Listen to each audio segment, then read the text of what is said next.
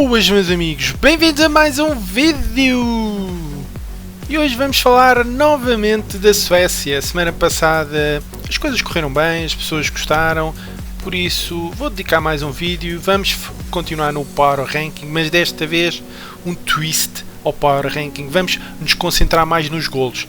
Semana passada vocês ganharam sensibilidade àqueles diferenciais de golos, não é? Para depois verem se as linhas estavam bem ou mal, para discordarem com o mercado. Hoje vamos usar as projeções dos golos do Power Ranking. Vamos começar. Bem, vamos lá pegar no exemplo da semana passada. Eu já fiz aqui algum trabalho de casa que é para não demorar muito no vídeo, não é? Mas eu vou explicar o que fiz, é muito simples. E hoje vamos então focar-nos em golos. Vamos ver como é que podemos utilizar as previsões dos golos para o nosso método. O que é que eu fiz? Eu criei aqui uma variável extra e é simples. Eu criei aqui um objetivo que é qual vai ser o valor que eu vou utilizar para distinguir se o jogo é para over 2,5 ou under 2,5. Neste caso eu peguei de base no 2,5. 2,5. Então está aqui a forma. O que é que eu fiz? Primeiro, no primeiro if, nesta primeira condição, eu estou a desclassificar os jogos em que a soma do forecast, okay, da previsão de golos das equipas dá inferior a este valor. Ou seja, este jogo não me interessa para o meu critério de over 2,5, por isso é que depois dá este espaço em branco, não é? Que é este if aqui. Estão a ver ali as duas aspas, pois há jogos que não são válidos. Agora, os jogos em que o nosso critério dá acima deste valor de 2,5 e, por isso é que está aqui um end, o jogo real deu a mais de 2 golos, então foi um sucesso, foi positivo e aparece um 1. Caso contrário, aparece um 0. Pronto, esta foi a forma lógica que eu construí aqui, muito simples, nada de especial. Se for preciso vejam com calma, mas não é nada de especial. E nesta amostra de 112 jogos encontrei 41 jogos que eu ganhei, basicamente. Mas nem todos os jogos eram válidos, né? E daí este valor aqui, onde eu descontei, havia 70 jogos válidos e descontei os valores, as células que estavam em branco, este count blank, nesta fórmula aqui.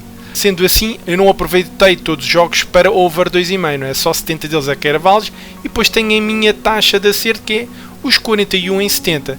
Isto é interessante, não é? Ou seja, dos jogos válidos para o nosso critério de 2,5, neste caso, tive uma taxa de acerto de 58,6%. Isto também serve para vos mostrar, não é? Qualquer que seja o método, ele não acerta sempre, não é? Vai falhar várias vezes. Veja, todos estes zeros foram jogos onde o nosso critério dava para over 2,5, teoricamente, mas não ocorreu over 2,5. Ficou com um golo, por exemplo, aqui estes dois. Houve um que deu um golo, houve outro que deu 2 golos, estão a ver? Por isso, isto não se acerta sempre. Mas será este valor um bom valor? Vamos ver a liga. Eu fui tirar isto rapidamente à SoccerStat. E na SoccerStat, a liga neste momento, curiosamente, se comparar isto com o vídeo da semana passada, vejam, continuamos aqui com bastantes empates, já temos agora mais jogos corridos, temos um over 2,5 de 52%. E nós estamos com uma taxa de acerto de 58,6% com este método. Ou seja, vou simplificar isto. Sim, temos assim mais ou menos uma espécie de... não é de vantagem, isto é exagerado dizer uma vantagem, mas o nosso método acerta, tem esta percentagem de acerto acima da média da liga de 52%, não é? À volta de 6%.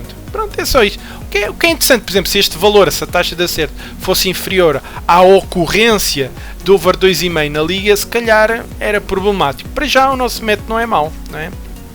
Vamos continuar? Ok, 6,5%. Outra questão que podia acontecer é, espera lá, eu escolhi, por isso é que eu pus esta célula em separado, o 2,5, mas será este valor de 2,5 o melhor valor para usar como critério para diferenciar quais são os jogos para over 2,5? Já ia dizer over 2,5 e under 2,5, não, só estou a pensar no over 2,5.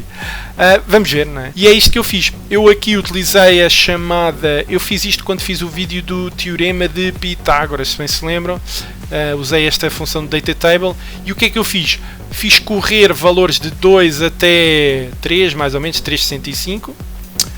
Vamos supor que este era o nosso critério que entrava nesta célula.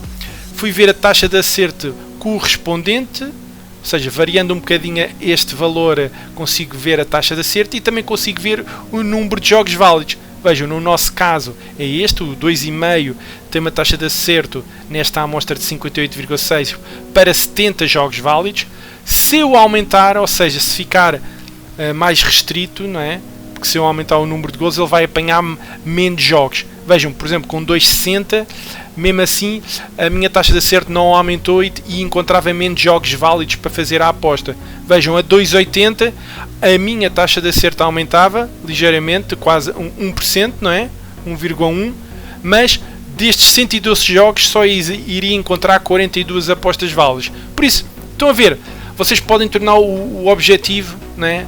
O vosso critério para separar o que é para over e o que é para under, podem aumentar, diminuir, mas então, tem que sempre fazer qualquer cedência, não é? Porque se vocês aumentarem muito, têm mais certeza, se calhar que vão ganhar, mas vão encontrar muito menos jogos. Se fizerem o contrário, se puserem 2, se começarem a entrar em todos os jogos em que o critério faz um forecast de 2 e apostam como se fosse para over 2,5, vejam, aqui o nosso critério, a taxa de acerto é inferior, ou seja, isto também mostra que atenção, não é à Lagardère, não é apostar ao calhas, não é? Realmente tem que haver uma certa tendência do nosso sistema para over, para apostar então realmente no over e ter uma taxa de acerto aceitável. Por isso, eu até fiquei satisfeito ao variar, ver que este limite de 2,5 era um critério aceitável, de 58,6% da amostra acertou, não é? Ou seja, dos 70 jogos. Por isso, vou deixar o 2,5, mas queria-vos mostrar isto, né? Vocês podem fazer variar, dada variável, não é? Para ver qual é o valor, qual é que aumenta a vossa taxa de acerto, etc. É sempre algo interessante. Quero chamar a atenção também para uma coisa, cuidado que este tipo de sistema, como é atualizado toda a semana, pode sofrer um pouco do que se chama overfitting, porque nós estamos a ajustar demasiado os dados do nosso modelo, não é? Agora, como fizemos a semana passada, vamos tentar fazer umas previsões, tá bom? O que é que eu vou fazer? Vou fazer o forecast, vou utilizar novamente, temos o Power Ranking que nós tínhamos aqui, está atualizado, com o Solver, faço os confrontos e vemos se é para over ou para under, tá bom? Vamos lá. Ok, fui a retirar então os jogos. Hoje temos o Djurgården e o Maslavi e o Malmo com o Örebro. Estão aqui as odds do mercado 1x2. A semana passada nós trabalhámos até aqui aos ratings e vejam que agora acrescentei os golos projetados. Os golos projetados é a mesma fórmula que a gente utiliza aqui, não é? Basicamente, esta fórmula é a mesma fórmula que está aqui. Tem uma parte da vantagem da casa, vai buscar o ranking ofensivo, o ranking defensivo e depois soma esta variável, tá bom?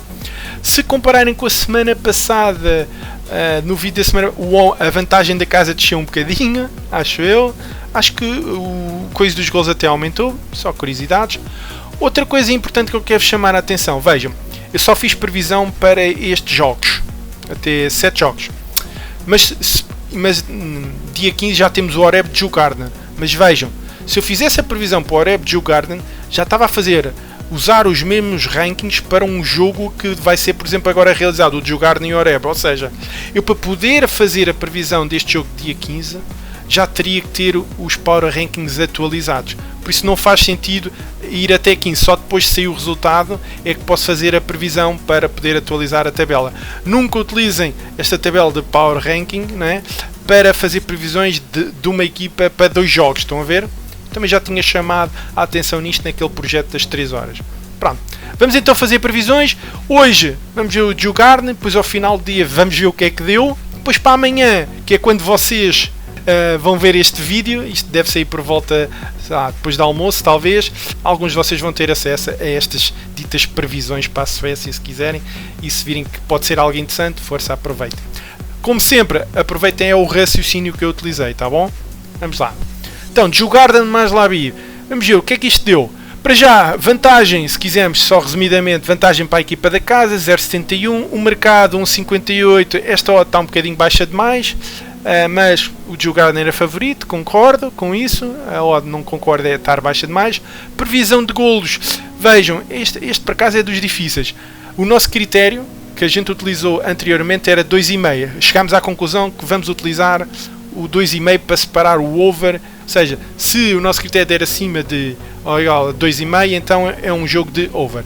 Aqui deu 2,39, ou seja, isto teoricamente era um jogo que não era válido para a gente apostar no over 2,5. Estão a ver? Mas eu acredito, o nosso critério diria que isto era mais para under. Mas olhando aqui para as projeções de golos, vejam, dá 1,64. Se eu arredondar isto, se calhar dá para 2 golos. E vejam, a equipa da casa visitante 0,75, um golo, é o que isto nos está a dizer. Ou seja, apesar da soma dar 2,79, isto poderá dar 3 golos, né? Assim, vejam, isto é sempre um valor médio expectável, não é? Existe muita variância no futebol, tá bom? Mas isto aqui, se calhar eu não ia para o over porque o critério não é correspondido, não é? Tinha que ser acima de 2,5. Mas pronto, se calhar o valor estava mais do lado do under. Mas olhando para as odds, enfim, pronto, este jogo não era válido para o nosso critério. E também, se calhar, se fosse ao under 2,5, a gente não desenvolveu um método para o under 2,5, desenvolveu para o over. Por isso, se calhar, o critério para o under poderia ser diferente. Estão a ver? Lá por não ser válido para o 2,5, não quer dizer que seja válido para o under 2,5. Cuidado, né? A gente desenvolveu uma ideia para apostar em golos e não para ir contra os golos. Mas, em teoria, isto devia se calhar ter mais valor no lado do under, dependendo da odd que estava. Depois já vamos ver. O Malmo, a mesma história.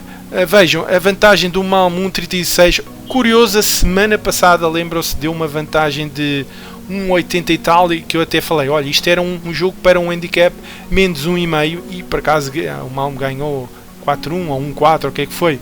Vejam, neste caso a odd está a 1,27, esta odd está baixa demais. Está baixa demais. Eu aqui, vejam, nestes dois jogos não faria a chamada múltipla, não é? Dos favoritos, apesar de eles serem favoritos. Neste caso também não conseguiria, como ainda por cima a tendência era um pouquinho mais para under, talvez fizesse um handicap mais 1,5 ao underdog. Ou seja, o que eu estou a dizer era que o Malmo não ganhava por 2 golos de diferença. Mas vejam que os golos projetados dava 1,92 para ele, 2 golos, e dava 0,39 para o Orebro. Ou seja, estaria a ir contra a projeção de golos. Mas uma coisa é pegar nisto, outra coisa é pegar nisto.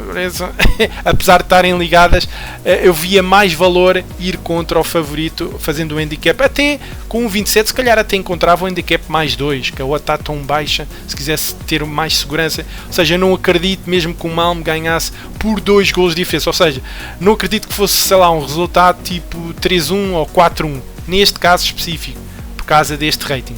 Em termos de golos, novamente o valor se calhar estava mais do lado do under. Não tivemos aqui um sinal positivo para over, por isso seria arriscado teoricamente ir para o over. No entanto, se eu quisesse fazer o reverso da medalha do under, poderia ser um jogo interessante, sei lá, under 3,5, under 3, porque o nosso critério estava aqui, estava próximo do 2,5, mas não chegava lá, né? Mas eu sei que as pessoas não gostam muito de apostar no under, né? Preferem golos, por isso pensem mais neste critério como algo indicativo para vocês apostarem em gols e não tanto nos unders. Mas reflitam sobre isto. Ok, estamos de volta.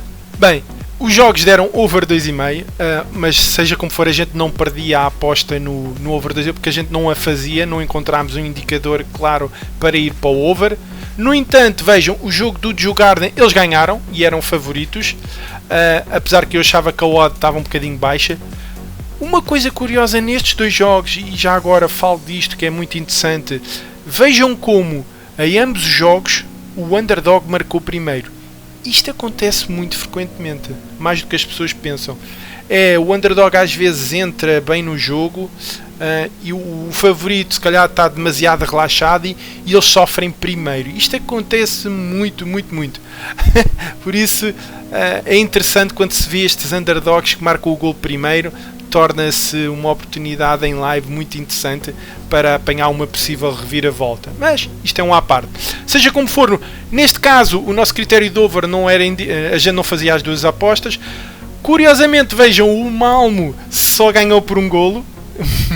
Aquele handicap, como eu disse, neste caso teria sido ganho se eu tivesse pensado da perspectiva de fazer o handicap positivo ao Orebro. A gente safava-se aqui. Em termos de over não ganhávamos nada, mas lembra-se que eu referi até o under 3,5. Eu pus aqui as odds, isto são odds médias. O primeiro jogo do Djurgården tinha odds muito equilibradas, já estava à espera, vejam, 1,64, 0,75, ou seja, o mercado estava muito à espera deste 2-1, né? Por isso é que as odds estavam muito próximas ali de 2, era literalmente uma moeda ao ar.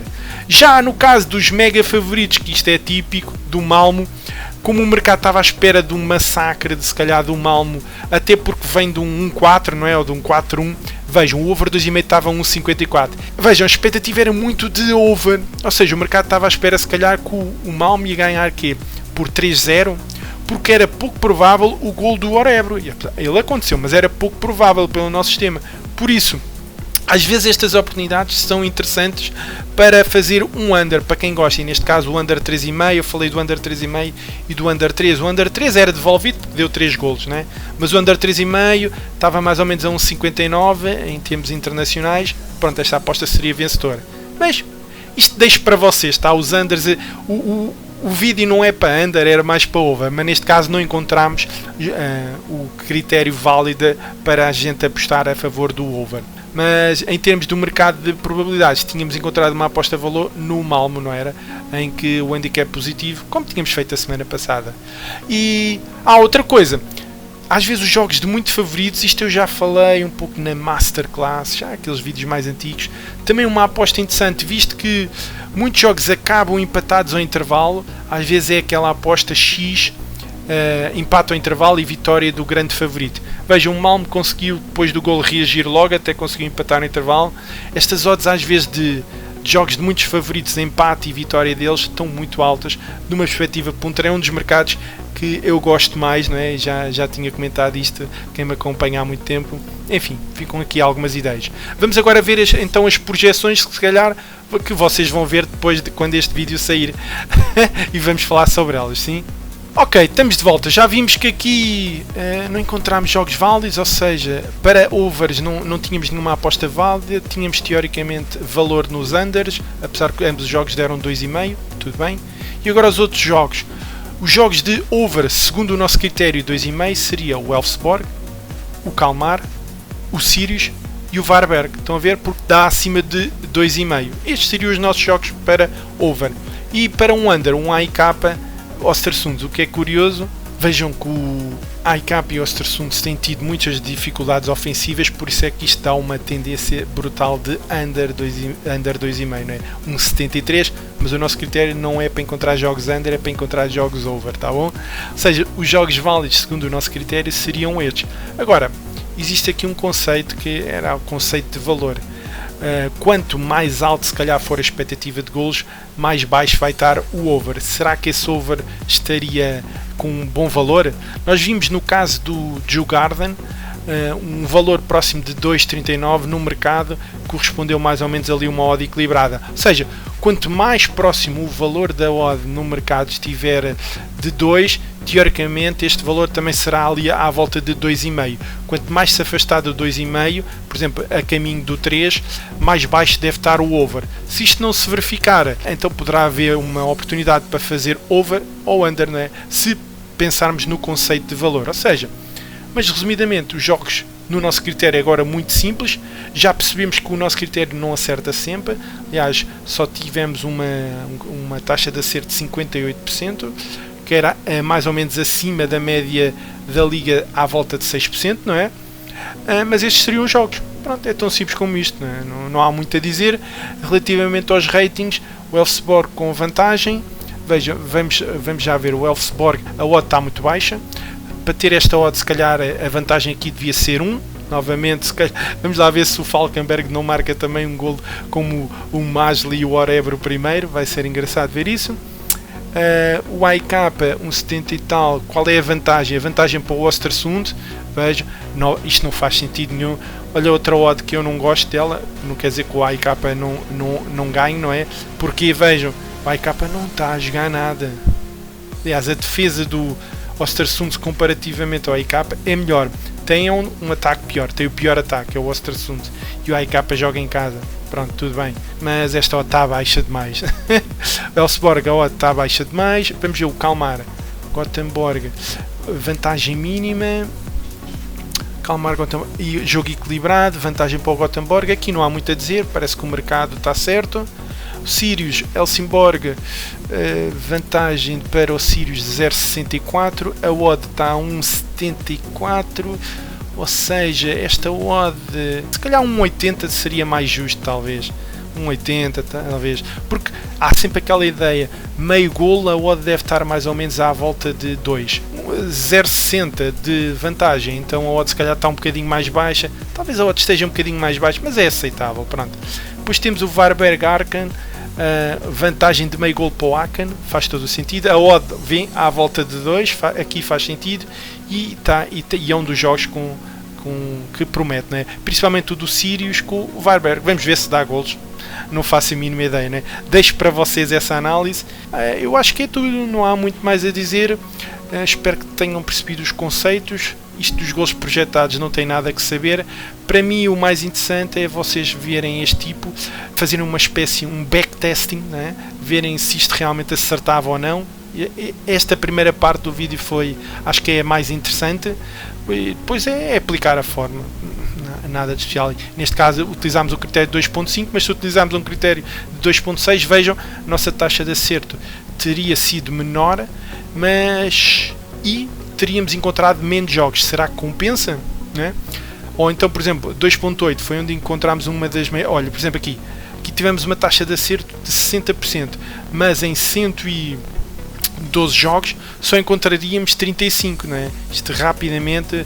Vejam, poderiam ter dificuldade em encontrar jogos e como a expectativa já era tão grande para golos, as odds poderiam estar relativamente baixas e poderiam não ter valor. Malta, é tudo. Espero que isto vos ajude, sim. Apliquem estes conceitos todos e pronto.